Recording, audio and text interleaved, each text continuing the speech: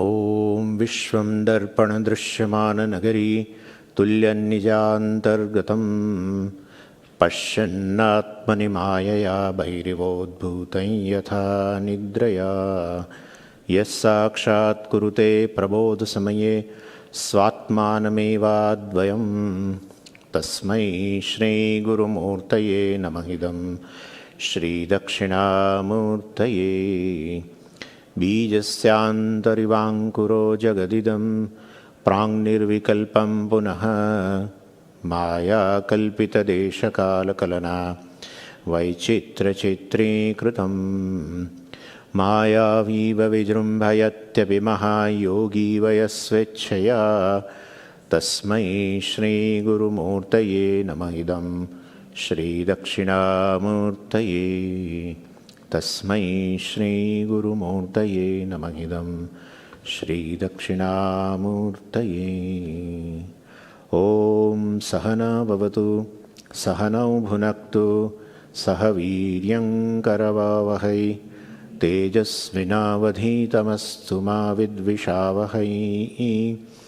ॐ शान्तिः शान्तिः शान्तिः। सदाशिवसमारम्भां शङ्कराचार्यमध्यमाम् अस्मदाचार्यपर्यन्तां वन्दे गुरुपरम्पराम्।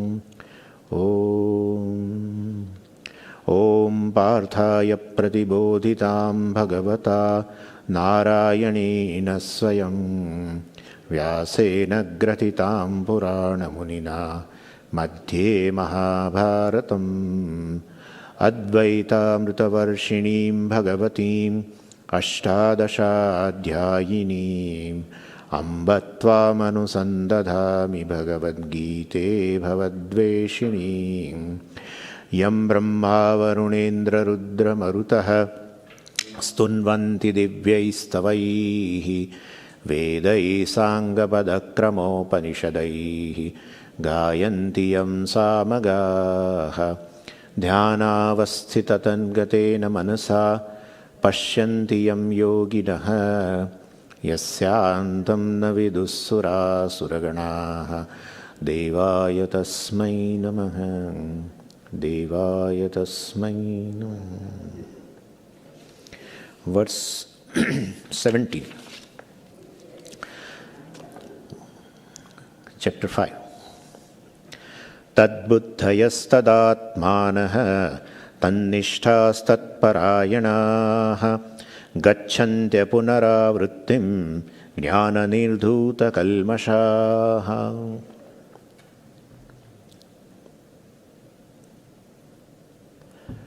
So from verse 13 onwards, the whole discussion is regarding this self-knowledge. That's the topic here.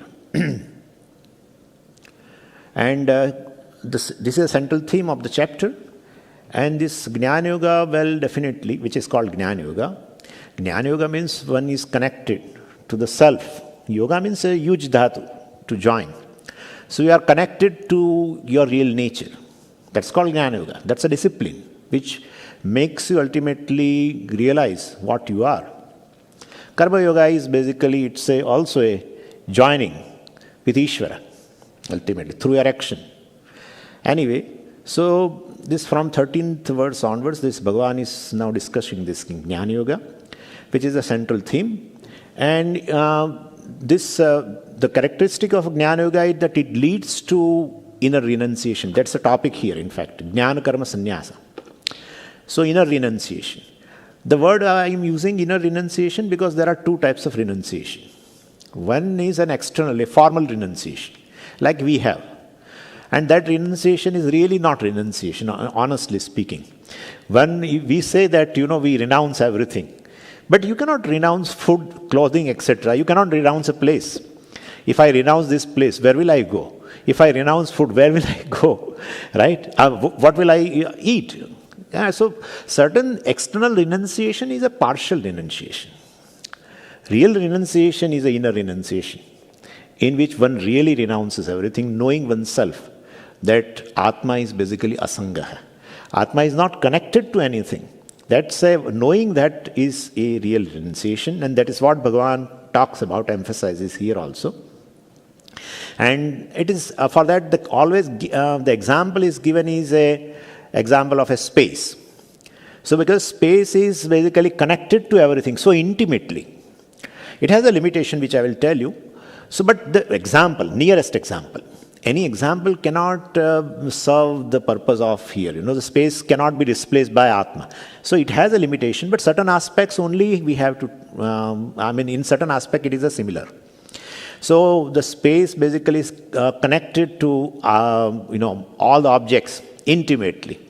But still space is, asangaha. So otherwise any object which has a space, it will also move along. If object moves, space also moves along, but you don't find. Therefore, so like that, this one, Atma also is basically adhishthanam of everything. On this, everything is projected. Every name and form is projected. Certain name forms we call upadhi. Certain names and forms we don't call upadhi. Where really consciousness manifests due to subtle body, they are called upadhis. But it is also again a name and form ultimately. So names and forms, all the names and forms are basically projected upon this consciousness, intimately associated, in as much as they are non-separate. They are mithya, and therefore, basically, and still, Atma is never tainted by the characteristics or limitations, etc., of any given name and form. And they give another example also of a movie. Movie example also is a very good example in which the screen and the movie. His screen is like, is intimately associated with the movie. In fact, movie is projected upon the screen. There is nothing but the screen. And so even in a movie, in a given scene, there is a lot of water flowing, but the screen is not basically get wet. Or if there is a fire, but even the screen does not get basically burned. Same way, the screen is called asanga. Any kind of, it's free from any kind of an association. Same way, understanding of oneself as a free from any relationship. Because I cannot have any relationship with anything in the creation in as much as they are of different orders of reality. Relationship is always possible between the same order of reality. And therefore what is projected is definitely a lower order of reality, we call mithya, etc. Therefore I am not connected. So if one is aware of this, that's say inner renunciation. Outer renunciation may be there, may not be there. And Bhagavan is also not, having that kind of emphasis. That's how Bhagavan has described all Grihastha Jnanis in 4th chapter, 5th chapter also. Bhagavan has described. So Brahmarpanam, Brahmahavi, Brahmagnau, Brahmanahutam, these are all householder who has the vision of this, nature of oneself. So inner renunciation everyone should have basically. So knowing oneself as free from all kinds of relationship, etc. So no attachment. And such a person, wherever he is happy. With whomever he is, he will be happy. And so this is the wisdom one should gain. And Bhagavan describes in this verse stages of gaining this wisdom. Gaining this wisdom. And Bhashyakara looks at it little differently, and it could be looked upon little differently. Other acharyas look upon little differently. So, it has 4 stages. To gain this wisdom, there are 4 stages. And that has been described in the first line itself. Tad buddhayaha, 1. Tadatmanaha, 2. Tan nishthaha, 3. And tat parayanaha, 4th. So, we'll take first tat parayanaha, because that's the first stage. Tat parayanaha means, one is committed to self-knowledge. One should have a value for the self-knowledge. That is the first thing. I can pursue self-knowledge if I have a value for it. And and so one has done enough homework in one's life that basically what I want is really a freedom from limitations, freedom from limitations. That is oneself. That's how pariksha lokan karmachitan brahmano nirvedam ayat. Examining, analyzing one's own experiences, born of actions. One understand that all this cannot give me what really my heart is seeking. I am seeking something which is permanent, which is eternal. And any result of an action which is born of an action, definitely action is finite. The result also is finite. I am really not satisfied with the finite result. I am not satisfied with the finite result. Well, if somebody tells me that, Swamiji, you will be happy for today, or you will be secure for today, or you will be free from any limitations from today, you will be peaceful today. Tomorrow, well, I don't guarantee. Then we definitely, okay, you give, that's a different thing. But then objects of happiness, they can't give this eternal happiness, etc. And therefore, one's heart is all the time seeking this only. Something eternal in their life. What is valuable in our life is eternal. And so, and therefore, and such thing cannot be born of any action. As a result, will be always limited. Such examination, if one has done, then one turns oneself from all this pursuit of artha, kama, etc. So one turns one's back towards that, basically. And so, only one is interested in moksha, freedom. Nobody is interested in object of security. Frankly speaking, nobody is interested. I am basically interested in freedom from insecurity. I am not interested in any object of security in as much as they are all crutches. And nobody wants to have a crutches. Nobody wants to have crutches. I am ready to give up the crutches if I become independent on my legs, And therefore, no one is interested even in object of happiness. In as much as I feel in myself, centered on myself, well, there is a sense of uneasiness, etc. Therefore, well, I look outward. If I am having that sense that I am unhappy, where will I look up? I will look definitely outside. So it is all Ishvara's order ultimately. Extrovertedness also, it is within, the order. Anyway, so, but this person is committed to self-knowledge because he knows the self is free. I have to claim that I am free. That's all it is.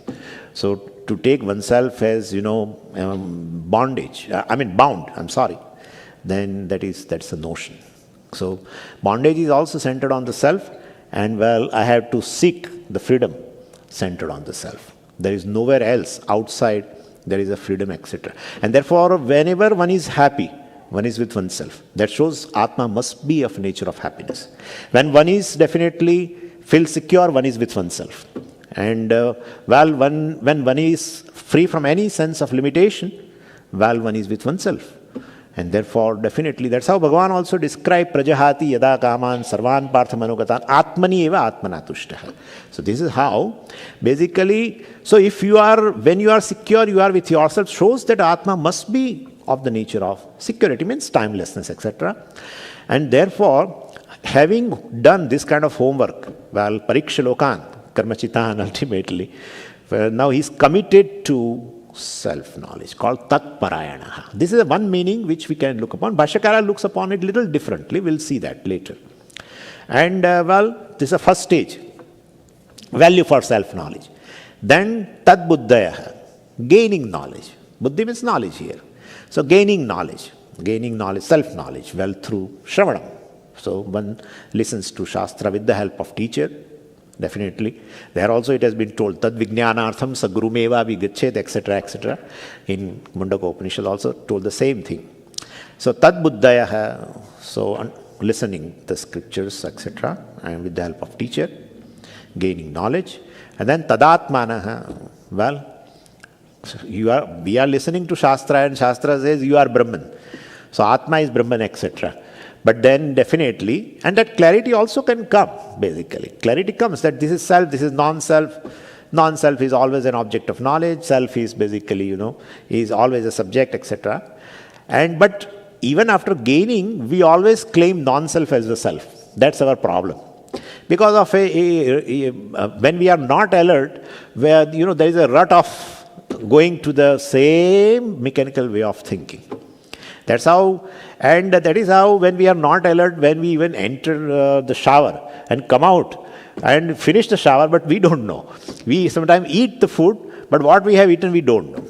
So basically, these things are there. Mind has definitely, if we are not alert, it has a habit of going to the same mechanical patterns. And this is basically beginningless. Taking non-self as a self is a beginningless. Taking body as a self is a beginningless, right? And therefore, mind has a formed and habit of taking the body, mind, sense complex as a self. So even after listening this, tad buddhi, definitely, tadatma, means owning up, basically, this atma, Brahman as a self, takes time. Nididhyasanam, etc. has to be done. And then tannishtaha, then one gains an abidance into Tat. Tat means that's Brahman, which is the self. And so these are the stages, 4 stages. It becomes spontaneous, ultimately. The knowledge becomes spontaneous. How will I know whether knowledge is spontaneous or not? That's a question. So how will I know that, well, I have gained nishtha and now knowledge has become spontaneous? How will I know? So, well, when it will be helpful in a crisis, then only it will be. So, in a classroom, well, we all, you and me all, we may be able to claim that I am Brahman. But when we go out and immediately, the mind, basically we think that we are body, mind, sense complex, well, then definitely it has not become spontaneous. Spontaneous means one Subhashitam is there, very beautiful Subhashitam, which says, Pustakastha ya vidya parahaste cha yadhanam avashyakale samprapte nasa vidya natadhanam. So means Pustakastha ya vidya, a knowledge which is very well recorded in the books and cassettes and everywhere. And parahaste cha yadhanam. The money is your money, but it is with someone else, basically. Avashyakale samprapte. When I really need, well, it doesn't come to my help. Nasa vidya natadhanam. So definitely. So the spontaneous means it should be available for me in a transaction. That's a problem we all have. That Swamiji, while I'm transacting the world, while doing activity, I forget that I am Brahman, etc. So definitely, so basically spontaneity should be like this. So these 4 stages have been talked about, and we have seen already this verse actually, but the Bhashyam we have not seen Bhashyam. So we should go to Bhashyam before we go to verse number 18. So here it says, Yat Param, Bhashyakara says here, Yat Param Jnana Prakashitam. This Jnana Prakashitam should be one word. So Yat Param means Yat Param Brahma Jnana Prakashitam. The Brahman which is revealed by this knowledge. Brahman is revealed, means self is not revealed by the basically Shastra. Self is self-revealing. What is self-revealing need not be revealed by the Shastra. But that self is Brahman, it has to be revealed. Because even after, it has been told 1,000 times to me that you are Brahman, the self is Brahman, I am not ready to accept. Means there is a self-ignorance pertaining to this. So I am is self-revealing. But I am Brahman, that has to be revealed by Shastra. Otherwise, in absence of that knowledge, I claim every other thing. I am a human being, I am this and I am that, etc. So Jnana Prakashitam, so revealed by this knowledge through the Shastra, etc. Yat Param, that Brahman. What do these Jnanis do with this Brahman? So, what do they do? So here, Ajnanis also have several toys. So they play whole life. Somebody told that this, there are 5 anatmas are there. Ajnanis definitely play with this 5 non-self. What are they? Ajnanis all the time revel in profession. Or Ajnanis either revel in possession. Or they revel in, revel in this family. Or they revel in the body. Or they revel in the mind. Either. But this Jnani, for them they reveal where? They revel where? They revel into Brahman. And therefore that is being told like here by Bhashyakara. So, Tad Buddhaya means Tasmin Gataha Buddhihi Yeshante Tad Buddhaya Gataha Buddhihi Tasmin Brahmani. Well, with respect to this Brahman, well, Gataha Buddhihi, now they are aware. Their mind is aware. Buddhihi means their mind is aware that there is Brahman which is Jagat Karanam, which is called a Paroksha Jnana, generated by Shravanam. That is how in Panchadashi, very beautifully, Vidyaranya very nicely says in one verse, Avantarena Vakyena Paroksha Brahmadhir Bhavet Sarvatraiva Mahavakya Shravanat Aparokshadhihi Avantar Vakya. So, well, the Srushti is described in the Shastra and tells that, Brahman is the cause of the creation, etc. So, this also you will come to know. But this is Avantar Vakya, and which is Srushti Vakya, well, definitely gives you knowledge of Brahman as a Jagat Karanam, but that is Paroksha Jnana. So we should consider here Tad Buddhaya as a Paroksha Jnana. So Tasmin means Brahmani Gataha Buddhihi Yeshante Tad Buddhaya. First is the Paroksha Jnana, first step. This is a little differently than what we saw. Then second is a Tadatmana. Now that Brahman which is Jagat Karanam is the self. So, Tadeva Param Brahma Atma Yeshante Tadatmanaha. Tadeva, that Brahman which is Jagat Karanam is this myself, well, one who knows. These are all description of a jnanis. All the visheshana, they are all basically, the Bahuri Samasa, indicating a person here, one who has gained knowledge. And so, second thing is this aparoksha jnanam, generated by same Shravanam. Mahavakya Shravanam gives this knowledge, aparoksha jnanam, avantar vakya, srishti vakya, etc. gives you the knowledge of Brahman, which is paroksha jnanam. Shravanam gives both the types of knowledge, paroksha jnanam and aparoksha jnanam. Tan nishtha, third. Bhashakara says, nishtha, abhinivesha, tatparyam sarvani karmani sanyasya, brahmani eva avasthanam yeshante tannishtha. Now he gained knowledge. Now this is self, this is self, I am a self and everything is non-self. I am satyam, everything is mithya, etc. Very clear.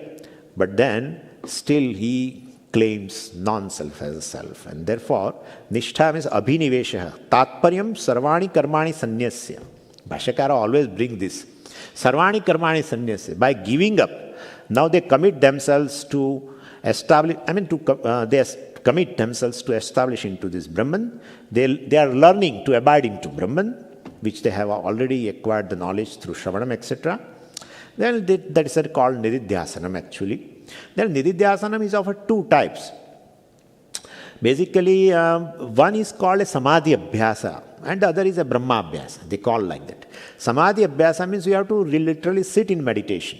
Have a, our Bhagavan used to tell in the 6th chapter, Shuchau Deshe Pratisthapya, etc., etc. And then says, Bhahyan Sparshan Bahi Kritva, etc., etc. So means you will set aside the time for yourself and do this Nididhyasanam. Try to bring what you have heard regarding yourself.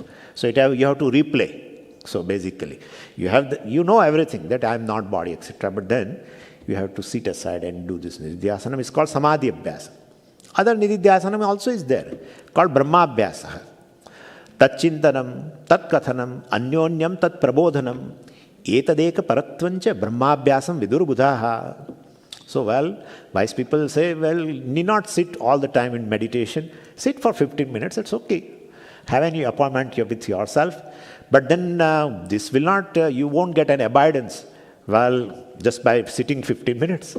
So, during your waking hours, what will you do? How will you do the Nididhyasanam then? So, the other one is this Brahmabhyasa. Tatchintanam, writing the notes, listening again, and what you have written, referring again, and Anyonyam Tat Prabodhanam, having discussion, group discussion, etc. Or teaching also. All these are also forms of Nididhyasana. In fact, Sureshwaracharya at one place told very beautifully that this Shravanam itself later, initially of course one has to gain clarity, etc. But later Shravanam also will serve as a Nididhyasana. Because now he is clear. Self is Brahman is clear, but then again due to I told you that mechanical thinking, there is a habitual thinking of taking non-self as a self. So then this Shravanam if you do, later Shravanam becomes Nididhyasana. So this is a Brahmabhyasa. You need not sit at one place. So two types of Nididhyasanams are there for this gaining Nishtha. And Sarvani Karmani Sanyasya. Now talking about sannyasa again. So it has been taken, they say there are two types of sannyasa. One is formal sannyasa. Means taking this kind of a sannyasa and now doing Shravanam, etc., gaining clarity and then work for the abidance, etc. That is the one thing. Or else they say, because this will not be possible for Grihastha, then how will you interpret this Sarvani Karmani Sanyasya, giving up everything? They say then reducing four things. Grihastha, for gaining Nishtha, they have to reduce four things. What? Reducing, first is a possession. Possession also, we have a preoccupation with our possessions. So reducing the possessions. Or reducing obligatory duties. This is the second thing. Third is relationship, socialization. Later we have to, keep it aside. This is for Grihastha. And the fourth is transactions. All these four things, if you reduce, the Grihastha reduces, is also called sannyasa for gaining nishtha. One can definitely. The grihastha who has listened to the scriptures for a long time and gain clarity also, but then this habitual thinking is there, taking body as a self, etc. Well, for them, this kind of sannyasa, in which the reduction of these four things also will help in gaining abidance. So, this is, and then Bhashyakara says, yesham te tannishtha. This is the third step. So, tad buddhi, paroksha jnanam, tadatmanah, that Brahman which is jagat karanam, is a paroksha jnanam. That Brahman which is jagat karanam is the Atma, is a paroksha jnanam. And then, well, that is not sufficient.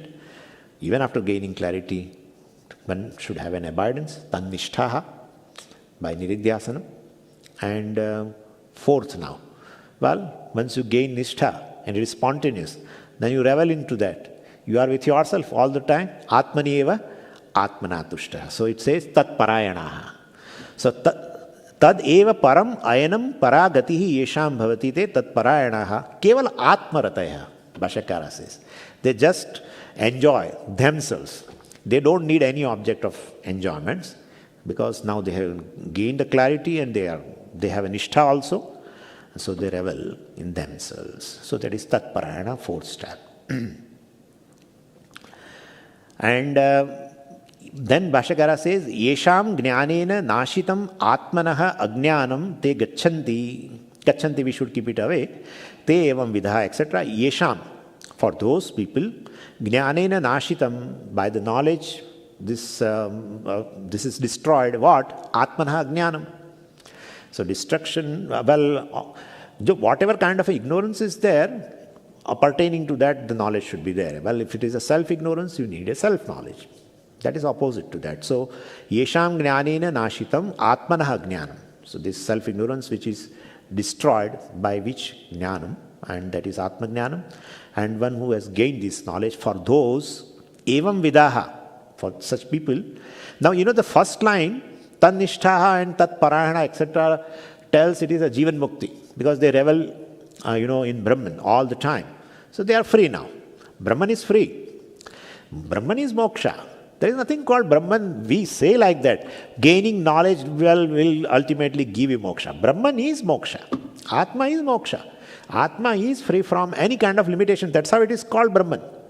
Word Brahman reveals that it has no limitation. That's all it is. Brihi vruddhau. And therefore it is free from limitation of time. Freedom. Freedom from limitation of time. Freedom from limitation of place, etc. Freedom from limitation of any kind of an objective limitation, object-wise limitation. So these three kinds of, it is free from ultimately limitations. So that's how Brahman is of the nature of freedom. That's called Atma actually. And therefore, for those people who have gained this knowledge and now Nishtha also, and so they have a Jivan Mukti. They are free while living. And so that is the first line. That's the first line indicating that. And second line talks about another Jnana Phalam called Videhi Mukti also. How? So Bhashyakara says here, because Bhagavan says, Gachanti apunaravrittim. Apunaravrittim gachanti. These people, while they are living, they are free, but after fall of the body. So apunaravrittim, Bhashyakara has used the word. Bhagavan has used. Then Bhashyakara says, apunaha deha sambandham.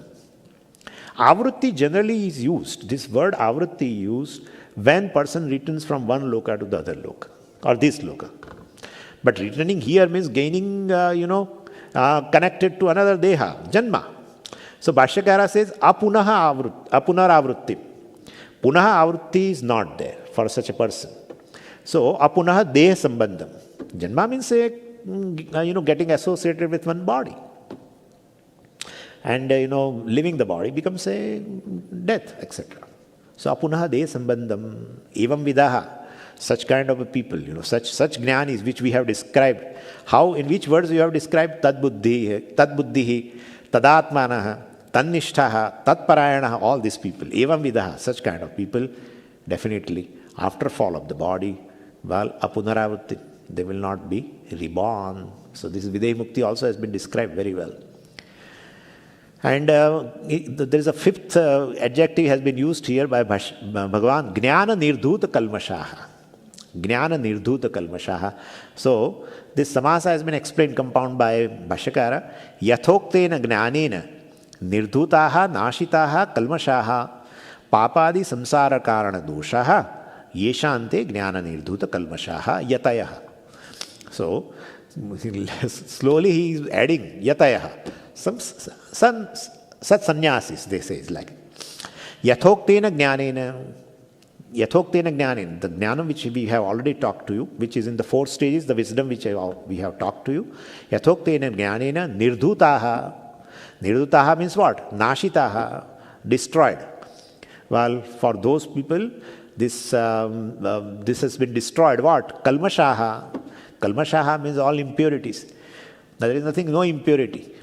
If basically you don't get rebirth, and then definitely one impurity is gone. We don't say any other, but karmas basically. Karmas are gone. That's how Bhashyakara says, Papadi samsara karana doshaha. Papa, etc. Well, it has been born from Papadi samsara karana. Samsara means, well, basically this punarjanma, etc. That is samsara. Samyak sarati yasmin iti samsara. Samyak sarati. From death to birth, and from birth to death, from death to birth, very well. One, goes, no hindrance in between. From beginningless time, very smoothly, birth, death cycle goes on. That's called samsara, punarjanma. Papadi samsara karana dosha. So, well, ultimately, this papadi means this papa, punya papa, etc. becomes cause for punarjanma. Well, and those punya papa, these karmas, well, they are impurities. Then jnanena nirdhutaha. Well, because of this jnanam, this has been destroyed. Punya papas have been destroyed. Punya papas are destroyed, then, well, he has a lot, Punya papas are destroyed means sanchita is destroyed. Totally. Sanchita gone. Prarabdha is destroyed, that's not a big deal. Because prarabdha is one lot of sanchita. So sanchita is lot. And therefore, sanchita we have plenty. Well, is ready to give a new body from that a lot. That itself is born. How all they are born? Well, I mean, they are basically, they are all burnt. How can you say that? Because the very doership is gone. I am a doer, enjoyer, etc. That itself is gone. That's born of ignorance. Doership, enjoyership has a reality.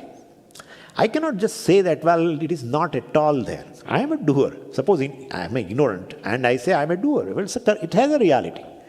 Doership, enjoyership, etc. Pramatrutvam, kartrutvam, bhoktrutvam has a reality. But it is not the reality of myself. It is a reality at the level, empirical reality is there.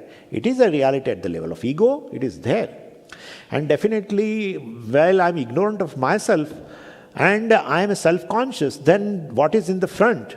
Well, the body, mind, sense complex, I am going to own up as myself. And therefore, once consciousness identify with this body, mind, sense complex, becomes ego, ultimately. And therefore, kartrutvam, bhoktrutvam, etc. is there. Consciousness identified with the buddhi is called pramada. Consciousness identified with the sense organs is called bhokta. Consciousness identified with the organs of action becomes karta. That is how it is. And it has a reality. And in fact, it is a part of creation. It's a part of creation. Because wherever the subtle body is there, consciousness is going to manifest. And therefore, definitely, and self-ignorance also is there, and therefore, definitely, ego is going to be born. It is within the order of creation. And therefore, it won't be destroyed totally. That's how jnanis are there. After gaining knowledge, I am Brahman. Still, they also come down at the level of ego and do transaction. All transactions they do. And they say also, I go here and I come here and I eat food. Then we think, how Brahman eats food. So, there is a part of creation. Ishvara Srushti cannot be destroyed. By Jnanam, Jiva Srushti will go only after I am whatever I was putting before and considering as a reality, that has gone. All the notions pertaining to the self, Well, are gone. So I am human being was a reality for me. No, I am Brahman. So this is how it is. So basically, all the notions, created by this ignorance, self-ignorance, which is upadhi for jiva, ignorance, that goes, definitely goes. But well, so still subtle body is there, prarabdha is there, gross body is there, consciousness will manifest. He knows the ego is mithya, etc. Ahankara is mithya, he knows. But till the body is there, it will be there. Till the subtle body is there, it will be there. Definitely there. And so he will also say, I am a goer, doer, etc. He will say, we call badhita ahankara, etc. It is all badhita. But it will be there. But anyway, so this papa, next birth won't be there, naturally, definitely. It won't be there. Karana Sharira itself has become, it has started decaying. Gross body decays is one thing. It slowly disintegrates. Gross body disintegrates. And subtle body also disintegrates and causal body also disintegrates for a gyani. Because the very ignorance has gone, Sanchita has started, and no agami is there, kartrutvam is not there, prarabdha is going away, and therefore already this causal body itself is now decaying. And subtle body, of course, will also go away once the body falls, gross body falls. That also, subtle body also merges into its own elements, etc. And so, well, there is no scope for him to get another birth. No karmas are there. Jnana nirdhuta kalmashaha yatayaha. Sannyasis. But we have to understand now, sannyas is not in a formal way. We have to understand this wavery, maybe.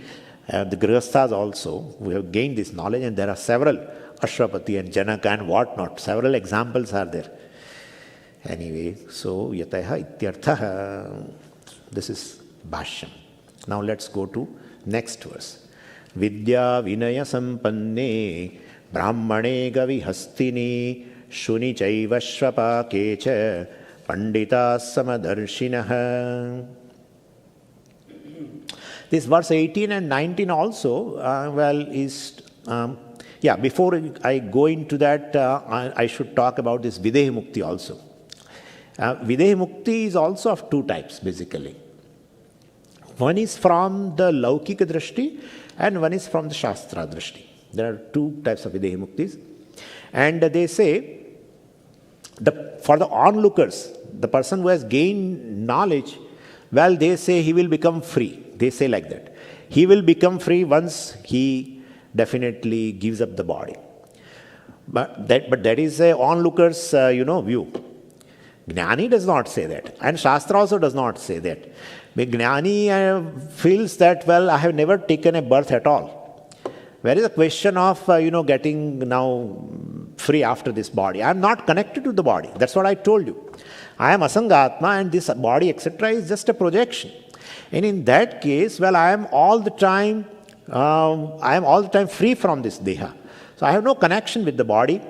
And therefore I have not taken birth, and therefore it is not that I will be dissociated from the body and I will become free. From onlooker's standpoint, that is correct. They feel that this is a jnani and he will become free, he will not have any rebirth, etc. after his body will fall. That is onlooker's drishti. But Shastra never says. Shastra says you are nitya videha muktaha. That's how they call videha. So you are free from the body. Atma is free from the body forever. This is just a simple projection. And therefore, ultimately, this Nitya Videha Mukti also has been talked about in the Mundaka Upanishad itself. Divyau hyamurtah purushaha. This Atma is amurtaha. Atma is ever free from the body. That's a vision of even our Jnani also, and Shastra's vision also. But from onlooker's standpoint, well, they will say that his Jnani will not be reborn again. So that is from their standpoint. So that's how they define Videha Mukti of two types. Anyways, now see this Vidya Vinaya Sampanne, etc. This verse 18 and 19 also shows this result of a Jnanam. What is the vision of this Jnani when he is transacting in the world? That has been told here. And in this, first thing is, they say the world itself is a mirror for this person, basically. The way I look at myself, the way I will look at the world. That's how it is. So it all depends upon my judgment about myself. If I look upon myself, I judge myself from the standpoint of a dress, etc. Well, definitely in the world when I transact, my eyes will go who has wore beautiful dress, etc. And therefore, my judgment regarding myself will definitely reflect in the judgment of the world. If I look upon myself just as from the standpoint of a look, etc., then I will also look in the creation from the standpoint of who is handsome and who is beautiful, etc. If I look upon myself from the standpoint of just emotions, then I will look, in the world, well, from the standpoint of emotion. I will look from the standpoint of intellect, jnanam, knowledge. Then I will definitely, who has gained more knowledge, etc., who is what qualified, etc., etc. So basically, world is a mirror for me. That's how they say. Now here, this Gyani also has a vision about himself. And the vision of himself is that I am Atma. Basically, I am a pure consciousness. I am Atma, and therefore he looks in the world, well, everything is a manifestation of the same self. So this is how they say. And in fact, Brahman Maharshi has told at one place, in Saddarshanam, I think this verse is there, Sarupa buddhi jagadishwarecha Sarupa dhiratmani yavadasti arupa atma yadikah prapashyeta drashireka navadirhi purna.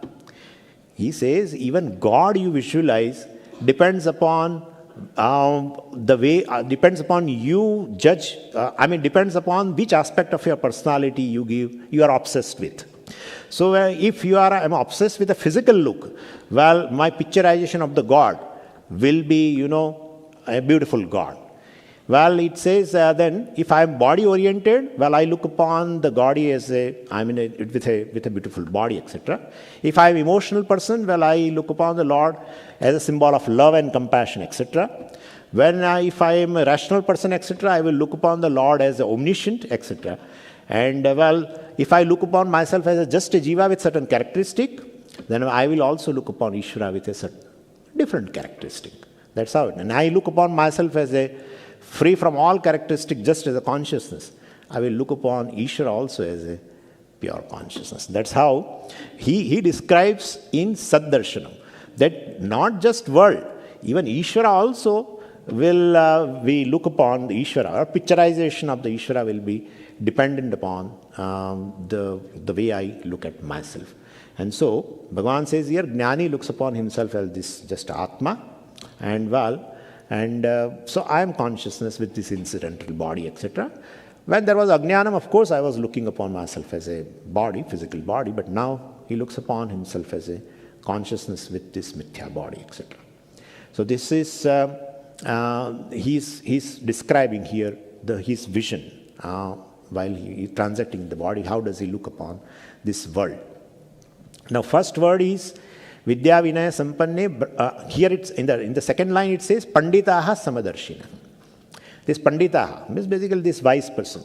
And this word Panditaha is been already explained in the second chapter, verse 11.